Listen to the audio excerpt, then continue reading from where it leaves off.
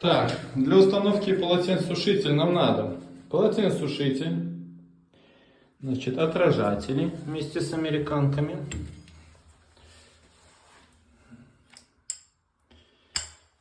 так, лен, паста, ну и некоторые инструменты. Значит, важный момент, да, подготовить заземление, то есть все полотенцесушители обязательно должны заземляться. Я для надежности использую два. Буду заземлять на две американочки. До этого покупал специальные вот такие с резиночками отражатели на американку. Только такие. Они дают место спрятать здесь заземление и смотрятся просто бомбически. Значит, смазываем американку пастой и наносим лен. Значит, берем американку. Использую вот такой вот отражатель с резинкой. Он очень красивый. Вместе это будет смотреться вот так. Вот так он одевается. Это дюймовое отверстие, американка на 3/4. Вот так это в стене будет смотреться.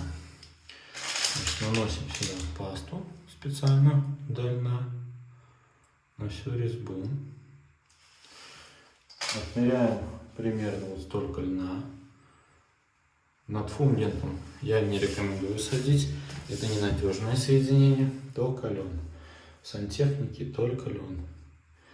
Только лен нам может помочь и Господь. Все. Наматываем по резьбе лен.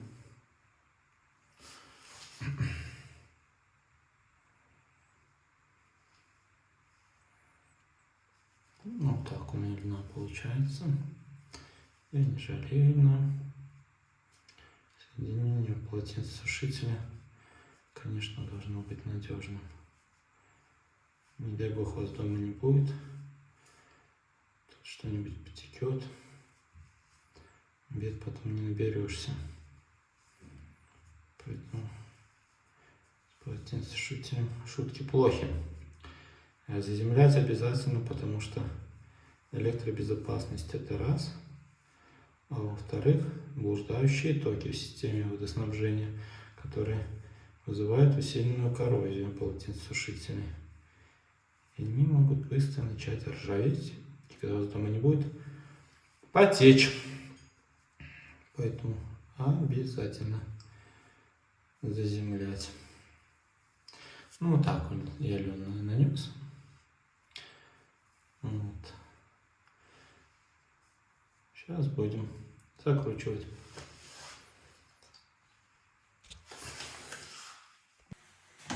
Так, ну вот.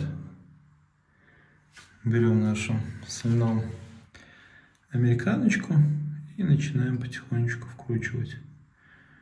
Отражатель уже одет, заземление приготовлено, отражатель одет. Не забываем отражатель одеть. И начинаем потихонечку крутить. Резьба должна крутиться вместе с льном.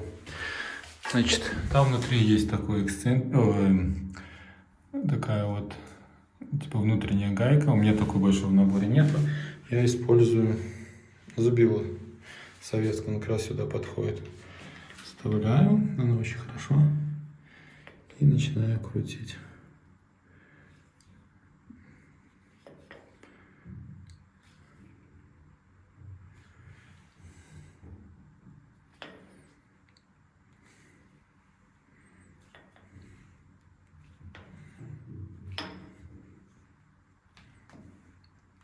Вот таким образом. Так, ну закручиваю я почти, что вся резьба зашла.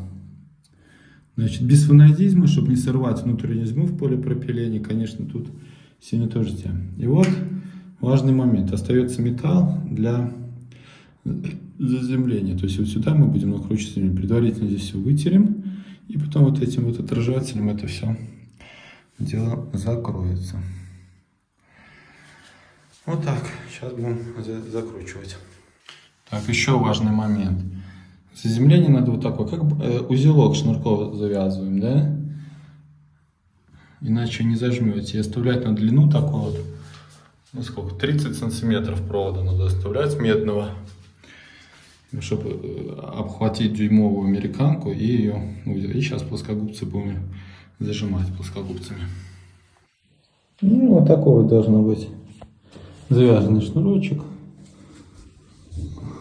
И это все закрывается отражателем, который у нас, я говорю, здесь резиночка. Если вы купите без резинки, вы процарапаете всю американку, потому что она одевается только в одну сторону, вот так. Назад она не идет. Которые дешевые китайские, назад вот так не идут, там такие лепестки, и вы все, вы здесь вот эту поверхность лицевую поцарапаете, которая будет. То есть только такие с резинки.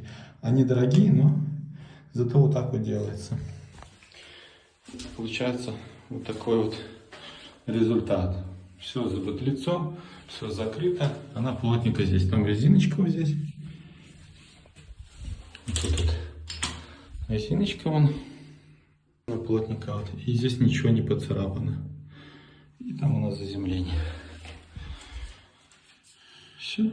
Можно потом так вот отодвинуть, посмотреть, в каком состоянии у нас заземление. Вот такие дела. Ну и так, второе. Так как здесь контакт не очень хороший, да, плотно не получится прижать, я всегда использую два заземления. И на верхнюю американку, и на нижнюю. Обязательно. Так будет более надежно. Вот такие вот американочки используются для установки заземления. Вот так вот выглядит. Вот тут у нас спрятано заземление. Раз. И два. Так они хоп. Хлоп. Ничего не болтается, потому что там, я напоминаю, резиночки. Все плотненько, все красиво. Не забываем прокладочки ставить сюда. Обязательно. Это все потекет при первом включении. Не забываем ставить прокладочки. Заземление выходит сюда, да, от каждого. Краны тоже заземляются. Полотенце заземляется от каждого полотенчика. Вот заземление идет на общую систему уравнивания потенциала в коробку. Коробка уравнивания, куб называется. Коробка уравнивания, которая в свою очередь заземляется на общую шину заземления. Ну все, полотенчик установлен. Значит, заземлено тут, заземлено тут. Проверяем потеки, чтобы ничего не текло. Наслаждаемся результатом. Да будет с вами Господь.